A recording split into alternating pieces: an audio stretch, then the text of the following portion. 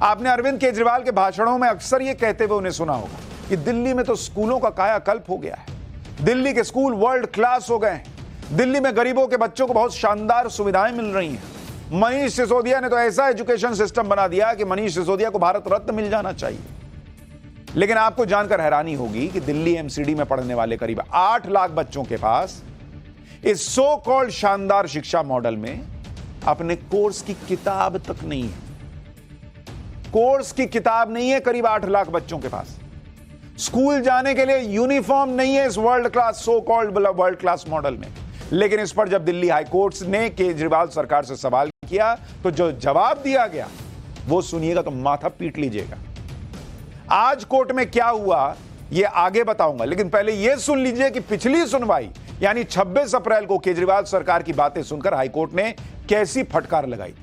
ऐसी फटकार लगाई कि सुनने वाले सन्न रह गए। लेकिन वही है, कई चैनलों पर आपको यह खबर ही नहीं मिलेगी, इसलिए हमारा काम है हम आपको बता दें। हाईकोर्ट ने दिल्ली सरकार और अरविंद केजरीवाल के बारे में कोर्ट में क्या क्या कहा उसके बारे में आगे बताता हूं, लेकिन पहले इस पूरे मामले के बारे में समझ लीजिए। दरअसल दिल्ली हाईकोर्ट में एक याचिका लगाई गई थी जिसमें यह बताया गया कि दिल्ली एमसीडी में कुल 7,88,224 बच्चे पढ़ते हैं। इन बच्चों को अभी तक किताबें, नोटबुक, यूनिफॉर्म कुछ नहीं मिला है, जबकि स्कूल का सेशन शुरू हुए 1 महीना होने वाला है। पिछले साल 2023-24 में भी 2 लाख से ज्यादा बच्चों को किताब, नोटबुक नहीं मिली थी। 2 लाख से ज्यादा बच्चों। सोचिए इन गरीब बच्चों ने किस तरह अपनी पढ़ाई पूरी की होगी। दरअसल नर्सरी से 8वीं तक की पढ़ाई शिक्षा का अधिकार कानून के तहत आता है, इसलिए सभी बच्चों को सरकार की तरफ से निःशुल्क किताबें दी जाती हैं। दिल्ली नगर निगम के कुल 250 वार्ड और 12 जोन में कुल 1,534 स्कूल हैं। इन स्कूलों को चलाने की जिम्मेदारी निगम के शिक्षा विभाग के पास होती है। यह विभाग अब केजरीवाल सरकार के अंडर आता है, लेकिन इस हालत को देखकर ऐसा लगता है कि दिल्ली के एमसीडी स्कूल दिल्ली सरकार के भरोसे नहीं बल्कि भगवान के भरोसे चल रहा है। अब आपको केजरीवाल सरकार की दलीलें और कोर्ट की उन टिप्पणियों के बारे में बताता हूं जिसने केजरीवाल सरकार की स्कूल वाली पोल खोल दी। दरअसल 26 अप्रैल को कोर्ट ने एमसीडी को फटकार लगाते हुए कहा कि दिल्ली के मुख्यमंत्री ने अपनी गिरफ्तारी के बावजूद इस्तीफा नहीं देकर व्यक्तिगत हित को राष्ट्रीय हित के ऊपर रखा। यह कोर्ट कह रहा है कि अरविंद केजरीवाल सिर्फ अपना फायदा देख रहे हैं, देश का फायदा नहीं। सुनवाई के दौरान एमसीडी कमिश्नर ने यह दलील दी थी कि बच्चों की किताबें, नोटबुक और यूनिफॉर्म खरीदने के लिए एमसीडी के पास कोई स्टैंडिंग कमेटी नहीं। ऐसे में 5 करोड़ रुपए से ज्यादा की खरीद प्रक्रिया के लिए दिल्ली के मुख्यमंत्री की परमिशन की जरूरत होती। लेकिन सीएम केजरीवाल अभी हिरासत में है, इसलिए देरी हो रही। लेकिन बच्चे पढ़े ना पढ़े, केजरीवाल जी इस्तीफा नहीं देंगे बॉस। उनको तो कुर्सी प्यारी। बच्चे जो हैं उनको किताब मिल रही है, नोटबुक मिल रही है, उनको ड्रेस मिल रही है, इससे नहीं मिल रही है क्या फर्क पड़ता है। केजरीवाल जी को कुर्सी मिलनी चाहिए, वो छोड़ नहीं रहे। देखिए क्या नुकसान हो रहा है। इस पर कोर्ट ने फटकार लगाते हुए कहा कि इसका मतलब यह नहीं है कि छात्रों को किताबों के बिना पढ़ने के लिए छोड़ दिया जाए। दिल्ली सरकार खुद चाहती थी कि केजरीवाल जेल में रहते हुए सरकार चलाएं। कोर्ट ने आगे यह भी कहा कि आपका क्लाइंट यानी केजरीवाल सिर्फ सत्ता में रुचि रखता है। यह कोर्ट कह रहा है अरविंद केजरीवाल के बारे में कि अरविंद केजरीवाल को सिर्फ सत्ता में रुचि है। दिक्कत यह है कि आप सत्ता हथियाने की कोशिश कर रहे हैं, यही कारण है कि आपको सत्ता नहीं मिल रही है। यह कोर्ट ने कहा है बॉस, मेरे शब्द नहीं है। यह कोर्ट कह रहा है कि आपको सिर्फ सत्ता हथियाने से मतलब है। आप सोचिए कि केजरीवाल की जेल से सरकार चलाने की जिद की वजह से आज दिल्ली के करीब करीब 8 लाख बच्चों की शिक्षा से समझौता हो रहा है। कोर्ट से इतनी बड़ी फटकार मिलने के बाद भी दिल्ली सरकार के मंत्री केजरीवाल की स्कूल चमकाने वाली ब्रांडिंग किए जा रहे हैं। आज दिल्ली की शिक्षा मंत्री आतिशी तिहाड़ जेल जाकर केजरीवाल से मिलकर आई। इस मुलाकात के बारे में केजरीवाल ने क्या कहा है उनसे सुनिए जरा। उसके बाद आपको कोर्ट की उस फटकार के बारे में बताऊंगा जो उन्होंने केजरीवाल के साथ साथ सौरभ भारद्वाज को भी लगाई। अरविंद केजरीवाल जी से मुलाकात करके आ रही हूँ।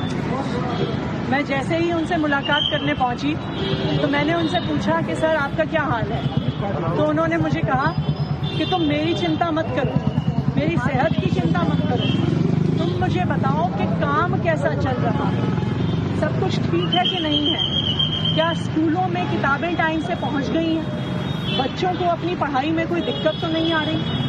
उन्होंने पूछा कि क्या मोहल्ला क्लिनिक में जो दवाइयों की समस्या चल रही थी वो समस्या हल हुई कि नहीं हुई। देख रहे हैं आप, मतलब केजरीवाल जी कितना तिहाड़ के अंदर बैठकर सोच रहे हैं बच्चों की शिक्षा के बारे में। अरे बॉस, पिछले साल भी 2 लाख बच्चों को नहीं मिली थी किताबें, तब तो आप बाहर ही थे, तब क्यों नहीं सोच पाए? और अभी भी सोचिए ना भाई, आपको इतनी चिंता है कि बच्चों को किताबें मिल रही हैं नहीं मिल रही हैं, इस्तीफा दीजिए, किसी को सीएम बनाइए, वो पैसा जो है सैंक्शन करे और जाके किताबें और ड्रेस मिले बच्चों को। इस्तीफा नहीं देंगे, बाहर आके बताया जाएगा कि हम तो ये सोच रहे हैं, हम तो वो सोच रहे हैं। आतिशी के मुताबिक केजरीवाल ने उनसे कहा कि मेरी चिंता मत करो, ये बताओ कि बच्चों को किताबें टाइम पर पहुंच गई हैं। जब आपने स्टैंडिंग कमेटी को किताबें खरीदने की परमिशन ही नहीं दी है बॉस, तो किताबें कहां से बच्चों को पहुंच जाएंगी? आपको नहीं पता है? आपने बच्चों की किताबें और यूनिफॉर्म खरीदने वाली फाइल ही क्लियर नहीं की है, और अब बैठ के अंदर जेल में पूछ रहे हैं कि बच्चों को किताबें पहुंच गई। कौन पहुंचा देगा किताब? केजरीवाल सरकार के इस बर्ताव के कारण कोर्ट ने तगड़ी क्लास लगाई। कोर्ट ने कहा कि एक अदालत के रूप में किताबें, यूनिफॉर्म का डिस्ट्रीब्यूशन यह हमारा काम नहीं है। हम ऐसा इसलिए कर रहे हैं क्योंकि कोई अपने काम में असफल हो रहा है। कोर्ट ने इस मामले पर दिल्ली के शहरी विकास मंत्री सौरभ भारद्वाज को भी फटकार लगाते हुए कहा था कि आपने छात्रों की हालत पर आंखें मूंद ली और अब घड़ियाली आंसू बहा रहे हैं, यह कोर्ट कह रहा है। दरअसल एमसीडी की इस तरह की खरीद के मामले दिल्ली शहरी विकास के अंडर आता है। एलजी सेक्रेटेरिएट के मुताबिक सौरभ भारद्वाज के पास 9 अक्टूबर 2023 से यह फाइल पड़ी हुई थी, जिसे अभी तक क्लियर नहीं किया गया, इसलिए सौरभ भारद्वाज को फटकार लगी। लेकिन इस सब के बावजूद केजरीवाल के मंत्री माहौल बना रहे हैं कि केजरीवाल को दिल्ली के बच्चों की इतनी चिंता है कि अपनी सेहत को छोड़कर उनकी किताबों के बारे में पूछ रहे हैं। पूछ जरूर रहे हैं, कर कुछ नहीं रहे हैं। हाईकोर्ट में केजरीवाल सरकार का स्कूल वाला झूठ सामने आने के बाद आज दिल्ली हाईकोर्ट ने दिल्ली एमसीडी के 8 लाख, करीब 8 लाख, 7,88,000 के आसपास 8 लाख बच्चों की पढ़ाई को ध्यान में रखते हुए ऐतिहासिक निर्णय देना पड़ा कोर्ट को। कोर्ट ने कहा कि एमसीडी स्कूलों के छात्र अपने संवैधानिक और वैधानिक अधिकारों के तहत मुफ्त किताबें, स्टेशनरी और यूनिफॉर्म के हकदार हैं और स्कूल जल्दी ही गर्मियों की छुट्टियों के लिए बंद होने वाले हैं। कोर्ट ने एमसीडी कमिश्नर को निर्देश दिया है कि बिना किसी नियम की परवाह किए एमसीडी स्कूलों के बच्चों को किताबें, यूनिफॉर्म और स्टेशनरी पहुंचाई जाए। कोर्ट ने यह भी कहा कि दिल्ली के मुख्यमंत्री के ना होने के कारण दिल्ली सरकार ठप पड़ी हुई है। मुख्यमंत्री का पद कोई औपचारिक पद नहीं है, यह एक ऐसा पद है जहां किसी भी संकट या प्राकृतिक आपदा से निपटने के लिए 24/7 उपलब्ध रहना पड़ता है। लेकिन केजरीवाल तो जिद पकड़ कर बैठे हैं कि चलाऊंगा तो जेल से सरकार चलाऊंगा, बच्चों को किताब मिले ना मिले।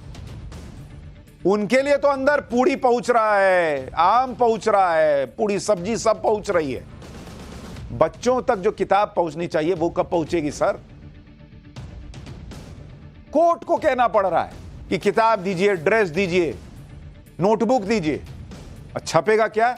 मॉडल, केजरीवाल मॉडल, उसकी चर्चा भाई कहां न्यूयॉर्क टाइम्स में छप रहा है। और अभी देखिएगा, फिर दे देंगे कोर्ट के आदेश पे तो ये भी कहेंगे कि देखिए हमने दे दिया।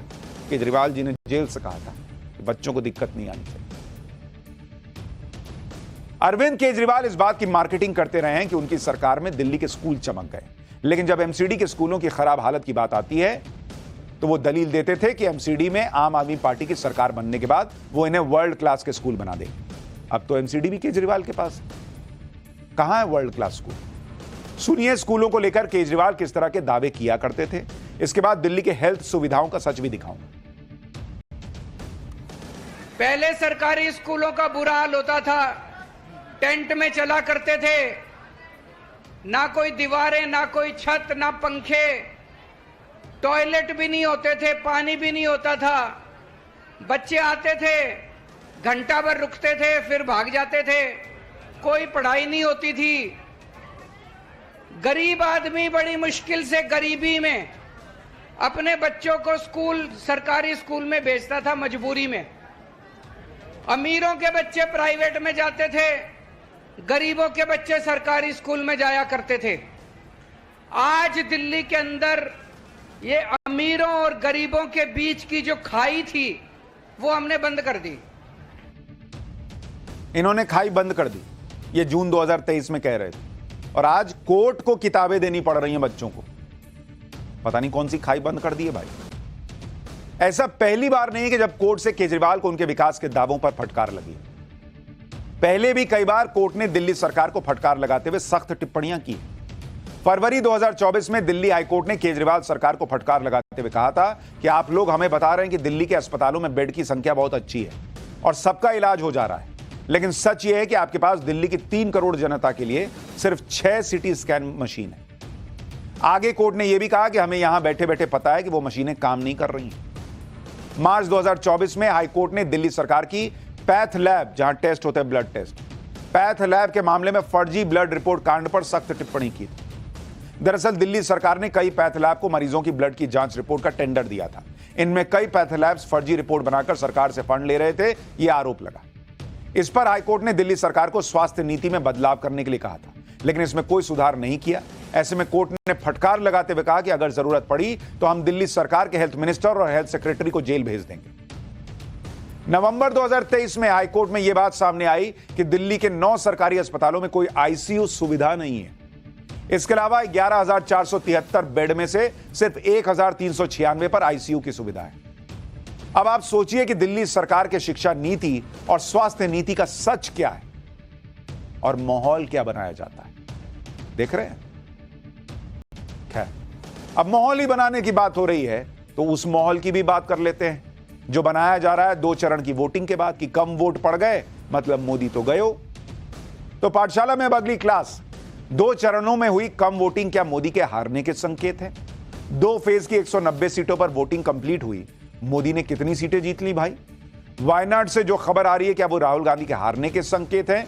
यानी अब चुनाव से जुड़ी सारी खबरें कंप्लीट चैप्टर।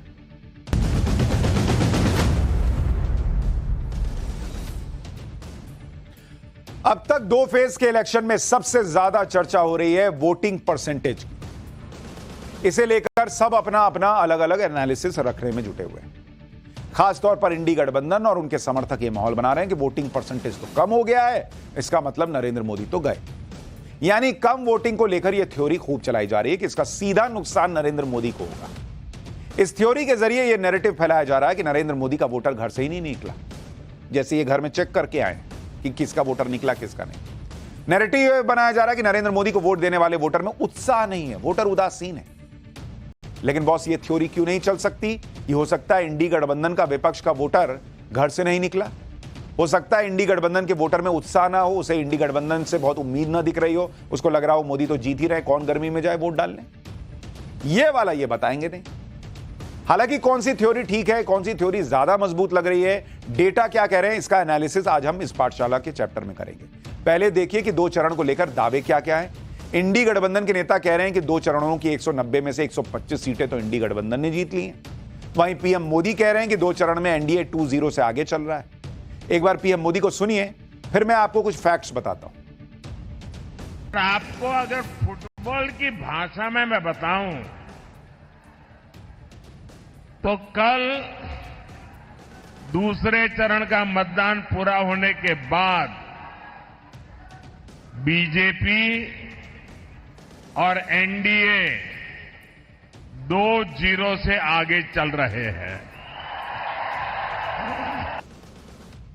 जो कम वोटिंग की बात की जा रही, वो कम वोटिंग कितनी हुई है, पहले ये तो देख लीजिए।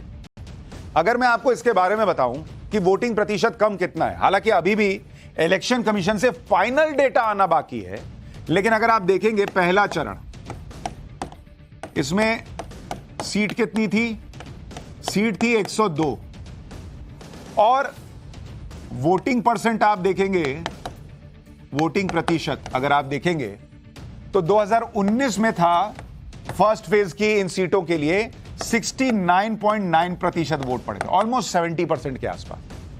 2024 में कितना वोट पड़ा है? 66.1%।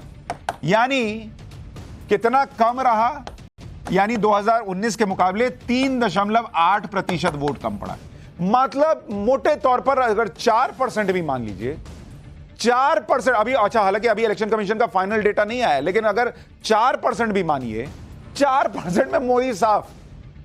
सोचिए कैसे लोग नैरेटिव बनाते हैं। दूसरा चरण देखिए, दूसरा चरण, इसमें कितने सीटों पर वोटिंग हुई? 88 सीट, 88 सीट पर वोटिंग हुई। 2019 में कितना वोट पड़ा था इन 88 सीटों पर? 70.1%। 2024 में कितना वोट पड़ा है?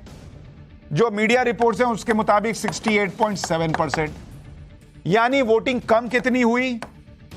1.4%, मतलब 1.5% के करीब वोटिंग कम हुई और मोदी तो गए। इतना ये लोग हड़बड़ी में रहते हैं नैरेटिव बनाने में कि क्या ही बताया जाए। 2024 का जो डेटा है वो अलग अलग सोर्स है, अभी चुनाव आयोग से फाइनल आंकड़े नहीं आए, तो हो सकता है कि करीब करीब 2019 वाला वोटिंग परसेंटेज या फिर उससे कुछ कम ही वोटिंग परसेंटेज हो, लेकिन माहौल ऐसा बनाया जा रहा है कि जैसे नरेंद्र मोदी को ही सब नुकसान हो रहा है। इसलिए मैंने कहा कि फैक्ट्स देखते चलिए। अब जो लोग ये सवाल उठा रहे हैं कि कम वोटिंग से सीधे नरेंद्र मोदी को नुकसान होगा और नरेंद्र मोदी की सीटें और वोट प्रतिशत घटेगा, उन्हें यह नहीं दिखता कि वोटिंग तो उन राज्यों में भी कम हुई है जहां पर इंडी गठबंधन की सरकार है। क्या इसका मतलब यह निकाला जाए कि उन राज्यों में इंडी गठबंधन हार रहा है? भाई बीजेपी शासित राज्यों में आप कह रहे वोटिंग कम हुई यानी बीजेपी का वोटर नहीं निकला, तो जहां इंडी की सरकार है वहां वोटिंग प्रतिशत कम हुआ, इसका मतलब इंडी के समर्थक नहीं निकले फिर आपके ही लॉजिक से। जैसे पहले चरण में तमिलनाडु की 39 सीटों पर वोटिंग हो चुकी है। तमिलनाडु में 2019 के मुकाबले 3% कम वोटिंग हुई, इसका मतलब बीजेपी की लहर चल रही है, वहां पर बीजेपी जीत रही है, मान रहे हैं लोग। इसी तरह इंडी गठबंधन के राज्य केरल की सभी 20 सीटों पर वोटिंग हो चुकी। केरल में भी 2019 के मुकाबले 6.5% कम वोटिंग हुई है। अब केरल में तो बीजेपी है भी नहीं उस तरह से, तो ये 6.5% वोटर कम निकला। किसका कम निकला? फिर तो इसका मतलब जो इंडी गठबंधन वाले हैं उनका कम निकला, उन्हीं के लॉजिक से पूछ रहा हूं। इसी तरह पश्चिम बंगाल में दूसरे चरण में 3 सीटों पर वोट डाले गए, यहां भी 2019 के मुकाबले 4% के करीब कम वोटिंग हुई। अब अगर इंडी गठबंधन के इन राज्यों में वोटिंग कम हुई तो क्या इंडी गठबंधन और उनके इकोसिस्टम के लॉजिक से अगर माना जाए तो इंडी गठबंधन का वोटर वोट देने घर से नहीं निकला? इसका मतलब इन राज्यों में ये लोग हार रहे हैं। फिर जो लॉजिक ये चला रहे हैं कि मोदी तो गए तो इंडी भी गया फिर इन राज्यों में। इसी तरह आप देखिए कि दूसरे चरण में राहुल गांधी की वायनाड सीट पर भी वोटिंग हुई है और राहुल गांधी की सीट पर भी वोटिंग पिछली बार के मुकाबले कम हुई है। अब जरा इस लॉजिक को देखिए कि वोटिंग कम होने का मतलब अगर हार जाना होता है तो राहुल गांधी जिस वायनाड सीट पर लड़ रहे हैं वहां वोटिंग प्रतिशत देखिए 2019 में कितना वोट पड़ा था? 80.37% वोट पड़ा 2019 में, और इस बार वोट पड़ा है 2024 में 73.57%, यानी जो कमी है वो करीब करीब 7% के आसपास है, 6.8%। अब अगर 7% वायनाड में वोट कम पड़ा है तो इंडी गठबंधन के लॉजिक से क्या राहुल गांधी हार रहे हैं? भाई आप कम वोटिंग का ट्रेंड मतलब सामने वाला गया तो राहुल गांधी हार रहे हैं आपके लॉजिक से फिर तो। और इस बार तो राहुल गांधी की सीट पर फाइट भी टफ बताई जा रही है, त्रिकोणीय मुकाबला बताया जा रहा है, लेफ्ट और बीजेपी दोनों मजबूत हेवीवेट उम्मीदवार उतारे हुए हैं। तो कम वोटिंग से सबसे पहला डर तो राहुल गांधी को होना चाहिए आपके लॉजिक के हिसाब से। वोटिंग प्रतिशत में गिरावट को मोदी विरोधी लहर बताने वाले राजस्थान और मध्य प्रदेश का उदाहरण दे रहे हैं, क्योंकि ये दोनों राज्यों में पिछली बार बीजेपी को बंपर जीत मिली थी और इस बार इन दोनों राज्यों में 2 चरण के चुनाव में वोटिंग कम हुई। जैसे राजस्थान में 25 सीटों पर वोट डाले जा चुके हैं और दूसरे चरण में राजस्थान में पिछली बार के मुकाबले 3.37% कम वोटिंग। दोनों चरणों को देखें तो 2019 के मुकाबले करीब करीब 5% कम वोटिंग हुई है, 4.74%। वहीं मध्य प्रदेश की 29 में से 12 सीटों पर वोटिंग हो चुकी है, दूसरे चरण में 6 सीटों पर वोट डाले गए और 2019 के मुकाबले यहां करीब 9% कम वोटिंग हुई। अब इसी को लेकर कांग्रेस समर्थकों का कहना है कि पीएम मोदी का जादू कम हो रहा है। जिन शहरी इलाकों में पिछली बार बीजेपी को वोट मिले थे वहां भी कम वोटिंग हुई है। लेकिन अगर आप इन 2 राज्यों को देखें, राजस्थान और मध्य प्रदेश को, 4 महीने पहले बीजेपी को यहां पे भर भर के वोट मिले हैं, बीजेपी की सरकार बनी है। 4 महीने पहले ही दोनों राज्यों में पीएम मोदी की गारंटी ने बंपर वोट दिलाए हैं। मध्य प्रदेश के लिए नैरेटिव यह बनाया गया था कि वहां तो 15-17 साल की एंटी इनकम्बेंसी है, शिवराज सिंह चौहान से सब ऊब चुके हैं, अब तो बीजेपी गई। नरेंद्र मोदी आए और बीजेपी को वहां रिकॉर्ड जीत मिली। तो 4 महीने पहले नरेंद्र मोदी के नाम पे रिकॉर्ड जीत मिल रही थी और इस बार जो है वो नरेंद्र मोदी को हराने के लिए लोग जो है वो घर में बैठ गए। कुछ तो लॉजिक लगाइएगा बॉस। राजस्थान में नरेंद्र मोदी के नाम पे वोट पड़ गया, चाहे बीजेपी में वसुंधरा राजे गुट बना हो, इंटरनल फाइटिंग हो, कुछ भी हो, लेकिन जब मोदी के नाम पे वोट पड़ना है तब वहां राजस्थान में लोग जो है मोदी को नकार दे रहे हैं। तो बॉस ये कैसे संभव है? इसलिए कम वोटिंग का मतलब यह भी हो सकता है कि ये इंडी गठबंधन के वोटर हैं जो पोलिंग बूथ तक नहीं पहुंचे, वोटिंग कम रह गई। आप यह भी देखिए कि एमपी में तो कांग्रेस नेताओं का खुद अपनी जीत पर भरोसा नहीं है। आज कांग्रेस को मध्य प्रदेश में भूकंप से ज्यादा झटका महसूस हुआ होगा, क्योंकि कांग्रेस ने इंदौर सीट से जिस उम्मीदवार को मैदान में उतारा वो तो बीजेपी में शामिल हो गया भाई। कांग्रेस उम्मीदवार अक्षय कांति आज बीजेपी के वरिष्ठ नेता और मध्य प्रदेश के मंत्री कैलाश विजयवर्गीय के साथ एक गाड़ी में दिखे तो सब लोग हैरान रह गए। कांग्रेस उम्मीदवार अक्षय कांति बम ने आज अपना नामांकन भी वापस ले लिया, यानी इंदौर में अब बीजेपी के सामने मुकाबले में कोई है ही नहीं बचा। इंदौर में बीजेपी की बंपर जीत लगभग तय हो गई है। इंदौर में 13 मई को वोटिंग है और आज नाम वापस लेने का आखिरी दिन था। कांग्रेस उम्मीदवार अक्षय कांति बम बीजेपी के विधायक के साथ अपना नामांकन वापस लेने के लिए कलेक्टर ऑफिस पहुंचे थे। इंदौर सीट पर कांग्रेस समेत 3 उम्मीदवारों ने अपना नाम वापस ले लिया। इंदौर सीट पर कांग्रेस का संकट अब इतना बढ़ गया है कि सूत्रों के मुताबिक कांग्रेस अब उन उम्मीदवारों की लिस्ट निकाल रही है जो इंदौर सीट पर निर्दलीय लड़ रहे हैं। सूत्र बता रहे हैं कि किसी एक निर्दलीय को कांग्रेस सपोर्ट कर सकती है, क्योंकि उनका अपना उम्मीदवार तो पार्टी छोड़कर चला गया। अब ऐसी स्थिति में अगर वोटर टर्नआउट कम हो रहा है तो यह क्यों माना जाए कि इंडी गठबंधन और कांग्रेस का वोटर इंडी गठबंधन और कांग्रेस से नाराज होगा? नहीं होगा भाई। अगर इतनी लहर है मध्य प्रदेश में नरेंद्र मोदी के खिलाफ तो कांग्रेस का कैंडिडेट क्यों भाग गया भाई? भागना तो बीजेपी वाले को चाहिए था। लेकिन कम वोटिंग को लेकर माहौल बनाया जा रहा है पीएम मोदी के खिलाफ। ऐसा ही एक माहौल यूपी को लेकर बनाया जा रहा है कि बीजेपी का सबसे मजबूत गढ़ है, जहां पर मोदी योगी की सुपरहिट जोड़ी है। लेकिन अब तक 2 चरणों में यूपी की 80 में से 16 सीटों पर वोट डाले जा चुके हैं। दूसरे चरण की बात करें तो 2019 के मुकाबले करीब 7% कम वोटिंग हुई। वहीं पहले चरण में बात करें तो 2019 के मुकाबले 5.5% कम वोटिंग हुई थी। अब चाहे यूपी में वोटर टर्नआउट कम हुआ हो, लेकिन मोदी योगी के रहते कौन कह सकता है कि यूपी में बीजेपी को इसका कोई नुकसान होगा? राजनीति को समझने वाला छोटे से छोटा और बड़े से बड़ा एक्सपर्ट भी ये नहीं मानेगा कि यूपी में मोदी योगी को कोई इस तरह से हरा रहा है कि 5-5.5%, 10% वोटर बीजेपी का निकल ही नहीं रहा। इसलिए इस थ्योरी में भी लॉजिक है कि हो सकता है विपक्ष का वोटर हताश है, निराश है, वो वोट देने ही नहीं निकला। क्योंकि अगर मध्य प्रदेश, राजस्थान और यूपी को मिलाकर देखें तो संभव है कि इन तीनों राज्यों में बीजेपी और एनडीए गठबंधन लोगों को बहुत मजबूत दिख रहा हो और एनडीए गठबंधन के वोटर को विपक्ष के जीतने की कोई उम्मीद ही ना दिख रही हो, इसलिए वो वोट करने ना निकला। दूसरी बात, राम मंदिर की प्राण प्रतिष्ठा के बाद से एनडीए गठबंधन को लेकर लोगों में बहुत नाराजगी है और शायद यही वजह हो सकती है कि जो वोटर एनडीए गठबंधन को वोट देने वाला था वो इस हिंदी हार्टलैंड में, भाई मध्य प्रदेश, राजस्थान, यूपी, यहां पर इसका प्रभाव ज्यादा है राम मंदिर के मुद्दे का। इन तीनों ही जगहों पर हो सकता है कि इंडी गठबंधन का वोटर नहीं निकला। वो जो नारा है कि जो राम का नहीं वो किसी काम का नहीं, हो सकता है वोटर के मन में बैठ गया हो कि तुम नहीं गए राम मंदिर के कार्यक्रम में, मैं तुम्हें वोट देने नहीं जाऊंगा। तीसरी बात, इन 3 राज्यों में से यूपी में तो सीएम योगी का मजबूत नेतृत्व है। यूपी में बीजेपी लगातार 2 विधानसभा और 2 लोकसभा चुनाव में बड़ी जीत हासिल कर चुकी है। ऐसे में यूपी में बीजेपी को किसी नुकसान के बारे में कोई दूर दूर तक अनुमान भी नहीं लगा सकता। चौथी बात, एमपी और राजस्थान में कुल 54 सीटें हैं, जिसमें से पिछली बार 53 सीटें बीजेपी ने जीती थी। तो जब बीजेपी का इतना मजबूत गढ़ है तो हो सकता है कि इंडी गठबंधन के वोटर को कोई उम्मीद ना दिख रही हो, इसलिए वो घर बैठ रहा हो। पांचवी बात, इन हिंदी बेल्ट के राज्यों में इंडी गठबंधन ना तो कोई जबरदस्त चुनावी माहौल बना पाया, ना बड़ी बड़ी रैलियां कर पाया। यूपी में इंडी गठबंधन में शामिल समाजवादी पार्टी उम्मीदवारों को लेकर ही कंफ्यूजन में दिखी। ये सब फैक्टर्स हो सकता है कि इंडी गठबंधन को वोट देने वाले वोटर को निराश कर रहे हो और वो घर से नहीं निकला। इन तथ्यों की बात नहीं हो रही, इन फैक्ट्स की बात नहीं हो रही। ये हुआ नहीं हुआ ये तो 4 जून को पता चलेगा, लेकिन कुछ भी नैरेटिव बना देना है ये तो दिख रहा है।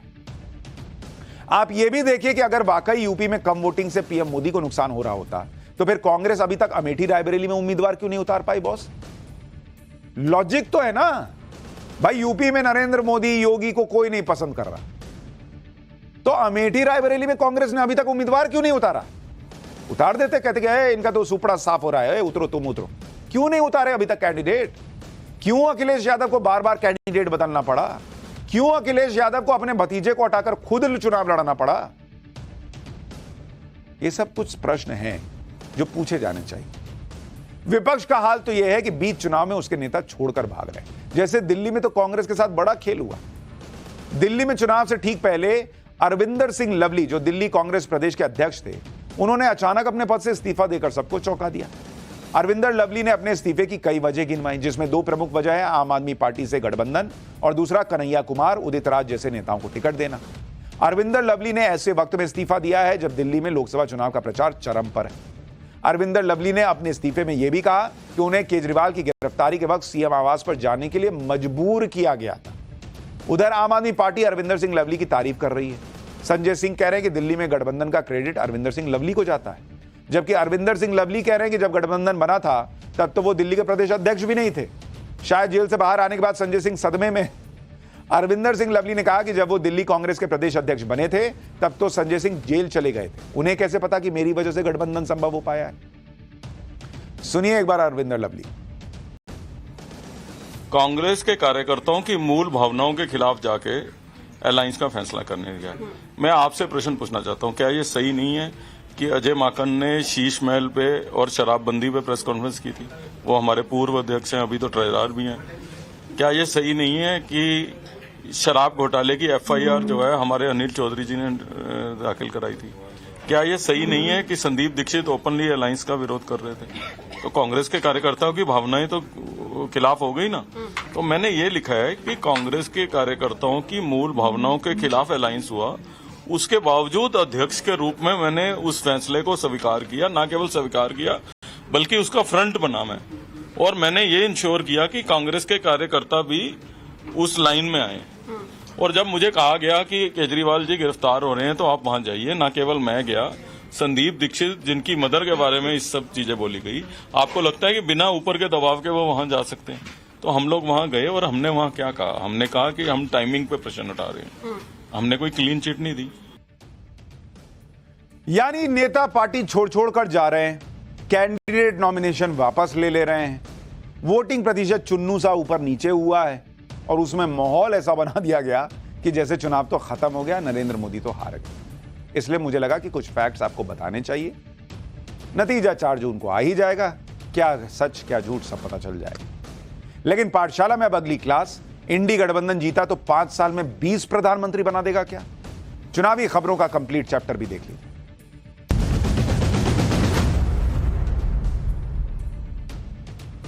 प्रधानमंत्री नरेंद्र मोदी हर रैली में अपने तीसरे टर्म का विजन पेश कर रहे हैं, बता रहे हैं कि भारत कैसे विकसित भारत बनेगा। दूसरी तरफ कांग्रेस और इंडी गठबंधन के पास कोई विजन तो दिख नहीं रहा। प्रधानमंत्री मोदी ने आज कहा कि राहुल गांधी से पूछो गरीबी कैसे हटती है, तो वो कहते हैं खटाखट खटाखट। राहुल गांधी से पूछो ग्रोथ कैसे होती है, तो वो कहते हैं ठकाठक ठकाठक। राहुल गांधी से पूछो विकसित भारत का प्लान क्या है, तो कहते हैं टकाटक टकाटक। सुनिए प्रधानमंत्री मोदी को, फिर बताता हूं कि अगर इंडी गठबंधन जीता तो क्या देश में 5 साल में 20 प्रधानमंत्री बना देगा। कि कांग्रेस के शहजादे को पूछो कि गरीबी से कैसे हटती है, तो वो कहते हैं खटाखट खटाखट। शहजादे को पूछो ग्रोथ कैसे होती है, तो वो कहते हैं ठकाठक ठकाठक।